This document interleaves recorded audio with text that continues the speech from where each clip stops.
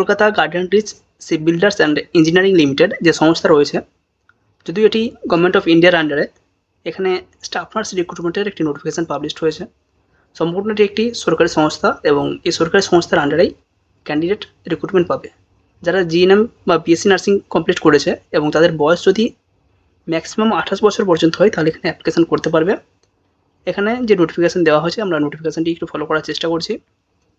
Garden reach ship builders and engineer limited বা GRSE এই সংস্থার আন্ডারে নোটিফিকেশানটি দেওয়া হয়েছে। তোমরা চাইলে www.grac.in এই যে ওয়েবসাইট দেখতে পাচ্ছি আমরা, এই ওয়েবসাইটে গিয়ে ফলো করে নিতে পারো। রিক্রুটমেন্টের নোটিফিকেশানের নাম্বার রয়েছে 2025/04S এবং যে পোস্টের জন্য রিক্রুটমেন্ট হচ্ছে তার ফর্ম ফিল আপ অলরেডি শুরু হয়ে গেছে।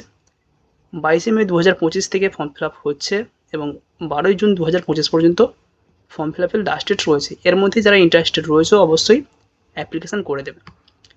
কী কী পোস্ট রয়েছে আমরা সেগুলো একটু ফলো করার চেষ্টা করবো। এখানে আমরা টেবিল দেখতে পাচ্ছি, যেখানে সিরিয়াল নাম্বার, যে পোস্টের জন্য অ্যাপ্লিকেশান করা হবে সেই পোস্টের নাম, age, maximum age criteria, discipline বা যে পোস্টের জন্য অ্যাপ্লিকেশান করছি কতগুলো পোস্ট রয়েছে এবং কোন পোস্ট কতগুলো রিজার্ভেশন রয়েছে, এসেনশিয়াল কোয়ালিফিকেশান কী রয়েছে, ম্যাক্সিমাম কোয়ালিফিকেশান যে আমাদের রয়েছে বা এক্সপিরিয়েন্স কী কী চাওয়া হয়েছে, সমস্ত কিছু আমরা এখানে ফলো করার চেষ্টা করছি। সরাসরি আমরা যে ভ্যাকেন্সি রয়েছে সেই ভ্যাকেন্সির কাছে চলে যাব এবং ভ্যাকেন্সি আমরা কতগুলি রয়েছে একটু দেখে নেওয়ার চেষ্টা করছি।